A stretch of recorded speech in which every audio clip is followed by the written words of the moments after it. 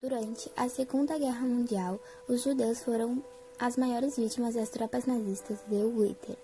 Hitler perseguiu principalmente os judeus, mas também negros, homossexuais, deficientes, ciganos, a lista é grande.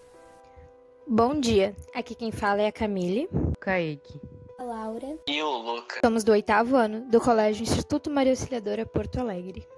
e hoje nós vamos falar sobre a história de uma garotinha judia que viveu praticamente a Segunda Guerra Mundial inteira fugindo e se escondendo das tropas nazistas. Ela retratava seu dia em um pequeno livro que ficou conhecido como O Diário de Anne Frank. Em 1933 é quando começa a ascensão de Hitler ao poder alemão. Anne Frank nasceu na Alemanha, mas assim que Adolf Hitler tomou o poder, as manifestações preconceituosas começaram imediatamente.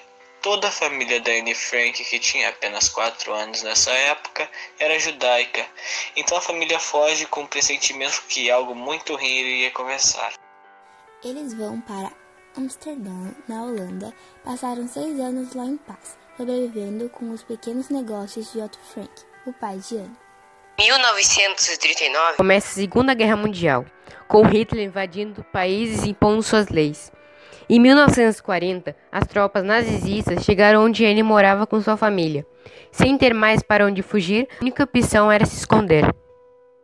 No aniversário de 13 anos de Anne, a garota ganhou um livro em branco de capa vermelha e branca com um cadeado na frente, que Anne começou a usar como diário, um pouco antes de ter que se esconder. Nele, podemos descobrir as frustrações da menina, como, por exemplo, quando ela foi expulsa da escola por ser judia. O pai de Anne teve que passar suas empresas para o marido de uma de suas funcionárias, porque os judeus foram proibidos de ter negócios próprios. Outras coisas foram sendo proibidas para os judeus, como ir ao cinema, usar transporte público, as bicicletas eram confiscadas, entre outras proibições. E agora, vamos falar um pouco mais sobre o esconderijo. Em julho de 1942, Margaret Frank, a irmã mais velha de Anne, recebeu uma carta ordenando que ela fosse a um campo de concentração.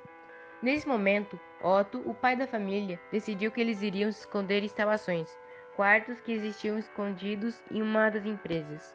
A entrada para esses quartos, para esses cômodos escondidos que ficou conhecido como o anexo secreto, era uma porta camuflada atrás de uma estante. Ainda no mesmo mês que a família Frank se mudou para lá, eles aceitaram abrigar uma outra família que estava sendo perseguida, a família Van Pels, que era composta por Hermann, August e o filho do casal, Peter, mais um amigo, Frederick, que era dentista. as únicas pessoas de fora que sabiam dessa existência desse esconderijo eram 4 antigos funcionários de confiança de Otto. Esses 4 funcionários eram os responsáveis por trazer jornais, livros, comidas e entre outros mantimentos de fora. Durante mais de 2 anos, todas essas pessoas viveram confinadas, escondidas do que estava acontecendo lá fora. Matanças, bombardeios e todos os sofrimentos que uma guerra traz. No diário, Anne retrata o que acontecia no seu dia a dia, seus sentimentos, do seu sonho de se tornar uma jornalista, as curiosidades de uma adolescente descobrindo o próprio corpo, como era a convivência com as pessoas que estavam lá dentro, como ela amava o seu pai, como ela gostava do garoto da mesma idade que vivia dentro do esconderijo.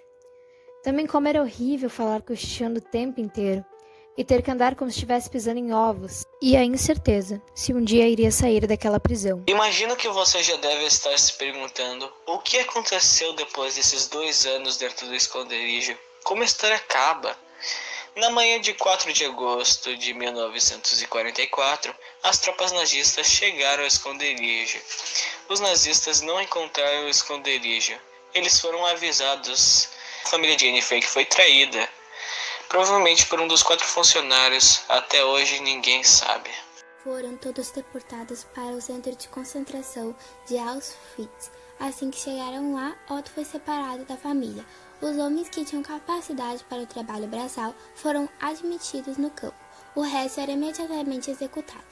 As crianças menores de 15 anos que chegaram lá também eram imediatamente enviadas à câmara de gás, ou então para serem usadas em experimentos. Anne Frank tinha exatamente 15 anos e 3 meses. Escapando por pouco, assim como todas as mulheres que chegaram no campo, Anne, sua mãe e sua irmã foram obrigados a ficarem nuas para serem desinfetadas. Tiveram cabelos raspados e ganharam uma tatuagem com numeração para identificação. Logo depois começaram os trabalhos escravos e elas dormiam em uma barraca superlotada. Não tinha banheiro e a comida era escassa. Chegou um ponto que Edith, a mãe de Anne, decidiu parar de comer para dar às filhas. Assim, logo depois, não resistindo. No início de 1945, devido às condições totalmente desumanas, no campo se espalhou uma epidemia de tifo, que matou mais de 7.000 pessoas, incluindo Margaret e, alguns dias depois, Anne.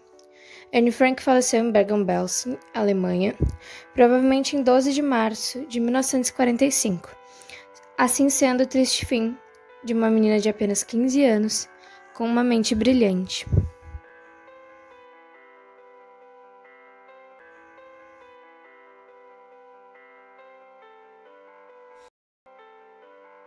Mas essa história ainda não acabou. Otto, pai de Anne, conseguiu sobreviver a praticamente um ano no campo de concentração, sem nem saber o que havia acontecido com sua família.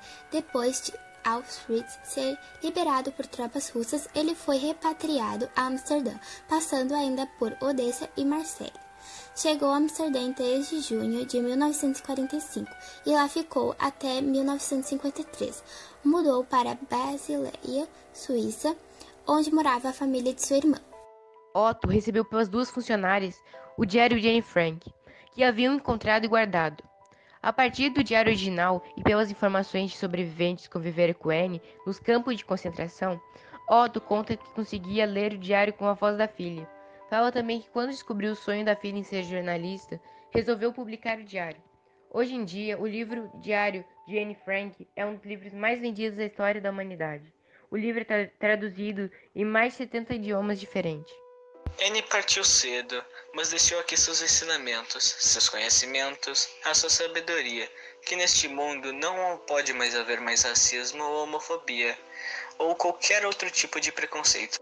É isso. Encerramos esse vídeo com um minuto de silêncio para todas as vítimas, não só pelos mais de 6 milhões de vidas perdidas pelos nazistas, mas sim a todas as pessoas que perderam a sua vida por terem suas diferenças.